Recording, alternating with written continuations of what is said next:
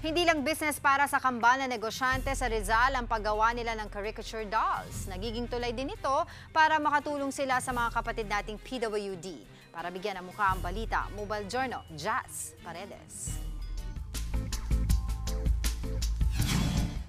Alam niyo ba na sa buong Pilipinas, dalawa lang ang gumagawa ng Carica dolls at kambal pa sila. Ito ang Carica doll version sila Heidelin Diaz, Carlos Yulo at Cardinal Tagle.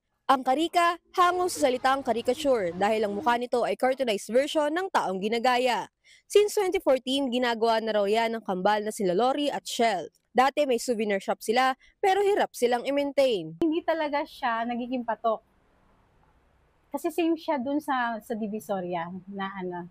Yan, sabi ko, bakit hindi na lang kami gumawa ng ibang design?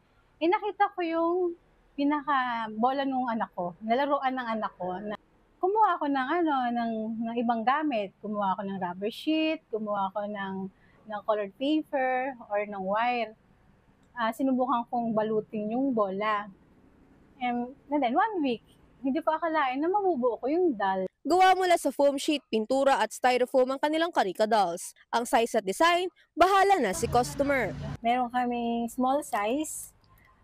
Ang ganitong price is mga nasa 150. Ang standard size namin is nasa size 12 inches is nasa 300 o 450 pataas. Ang susunod na yan is life size. Ang pinakamaliit, 1 hanggang 2 oras, tapos na.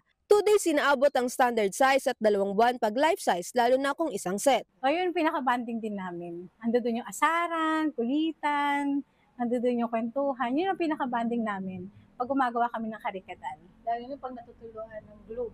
Madalas daw silang mangalay at mapaso sa paggawa, pero hindi daw nila iniinda ito dahil may mas malalim na dahilan ang kanilang paggawa. Ang beneficiaries namin doon, yung PWD Antipolo. And now, kasama na rin po yung PWD Baras.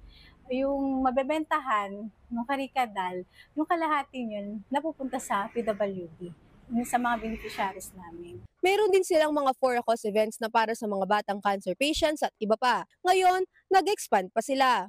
Meron na ring mga obra mula sa sarili nilang gawang clay gaya ng textured paintings, Carica clay mugs, jars at iba pa. Next agenda nila, magturo ng crafts sa mga stay-at-home moms. Mobile Journal, Jazz Paredes po, hatid ang mukha ng balita.